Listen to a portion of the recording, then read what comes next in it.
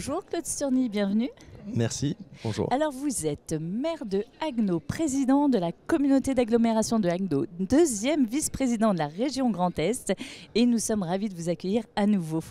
Quels atouts la région Grand Est met-elle en avant pour renforcer la compétitivité de son tissu industriel face aux défis mondiaux ?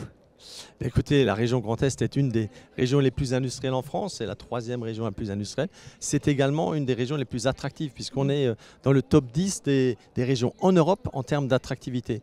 Pourquoi ? On a une ADN industrielle, oui. On est fiers de cet ADN et on accompagne tout particulièrement les entreprises industrielles lorsqu'elles ont des projets, parce qu'elles sont déjà implantées ou parce qu'on cherche à les implanter dans notre région. Alors justement, en parlant d'accompagnement, comment la région accompagne-t-elle les industriels dans leur trajectoire de décarbonation tout en maintenant la performance économique ? Alors aujourd'hui, c'est un tout. On est convaincu qu'on ne peut pas être performant industriellement si on ne prend pas en compte l'impact sur l'environnement. La sobriété en énergie évidemment, mais aussi dans l'utilisation des ressources naturelles. Et puis la sobriété foncière, c'est un tout aujourd'hui. Et je dois dire que nous y arrivons parce que nous avons des parcours de transformation des entreprises, parce que nous avons un écosystème d'accompagnement, les agences de développement économique qui maillent tout notre territoire.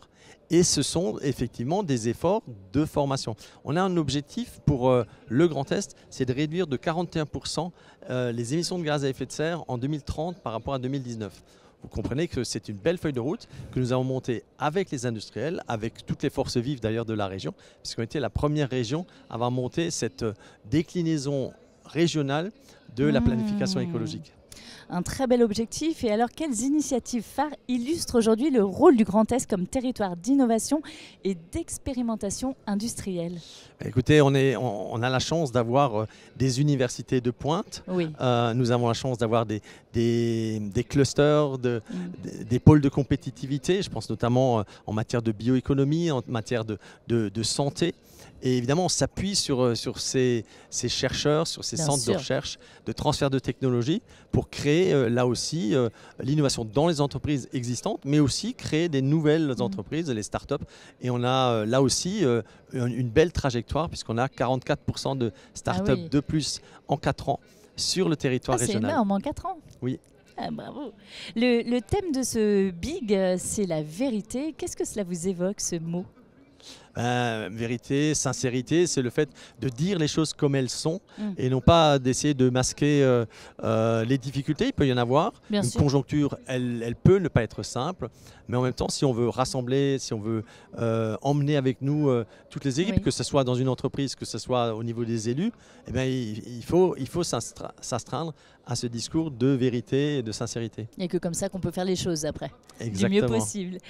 Quel message souhaitez-vous partager avec celles et ceux qui nous regardent ?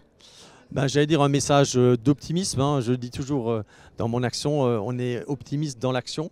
Peut-être que le contexte n'est pas simple aujourd'hui, peut-être que pour les entrepreneurs, il y a beaucoup d'incertitudes.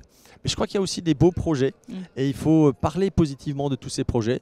Il n'y a qu'en ayant d'ailleurs des projets qu'on va pouvoir faire face à tous ces défis. C'est vrai. Merci beaucoup. Merci à vous.